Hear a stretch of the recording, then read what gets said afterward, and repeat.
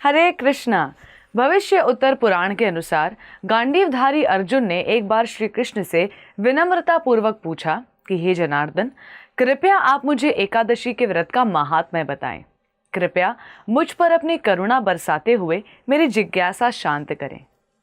अपने प्रिय भक्त और मित्र अर्जुन के प्रश्न का उत्तर देते हुए जनार्दन अर्जुन को बताते हैं, हे अर्जुन, एक जीव जो भक्ति मार्ग पर नया है तथा जिसने प्रथम बार अपने मनुष्य जीवन में भक्ति का मार्ग अपनाया है, उसके लिए शीतकाल यानी मार्गशीर्ष के दौरान कृष्ण पक्ष की एकादशी का पालन करना अत्यंत महत्वपूर्ण होता है, क्योंकि इस एकादशी का पालन करने से पालन करने वाले के न केवल सारे पाप नष्ट हो जाते हैं बल्कि उसे वैकुंठ की भी प्राप्ति होती है। भगवान श्री कृष्ण अर्जुन को मार्गशीर्ष कृष्ण पक्ष की एकादशी, जिसे शास्त्र उत्पन्ना एकादशी के नाम से भी संबोधित करते हैं, इस एकादशी के विषय में भगवान सतयुग में घटित हुई एक घटना का वर्णन करते हैं।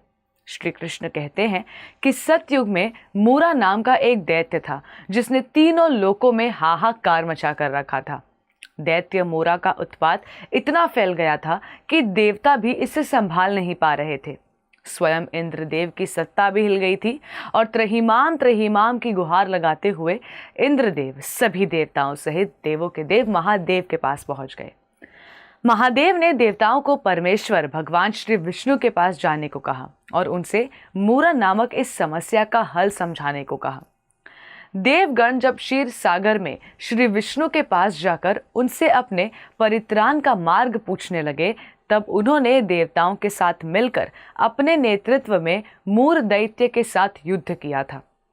युद्ध के दौरान भगवान लीला हेतु एक गुफा बद्रिक आश्रम की गुफा में जाकर विश्राम करने लगे। श्री विष्णु का पीछा करते हुए वो दैत्य भी वहां आ पहुंचा और श्री विष्णु को मारने के लिए षड्यंत्र रचने लगा। तभी भगवान के शरीर से देवी प्रकट हुई और उसने मूरा दैत्य का संहार किया। जब श्री विष्णु अपने योग निद्रा से जागे तब उस देवी ने उन्हें नमस्कार करते हुए उनसे प्रार्थना की।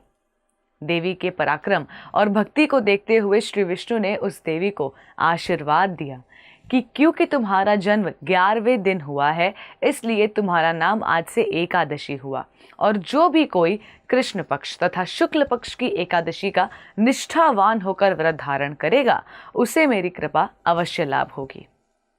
इस अद्भुत कथा से आज हमने एकादशी के मूल सूत्र जाना कि कैसे एकादशी प्रकट हुई।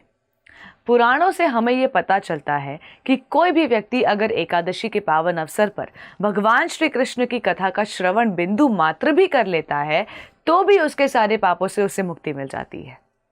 इसी उपलक्ष्य में आप सभी को उत्पन्ना एकादशी की हार्दिक शुभकामनाएं। धन्यवाद।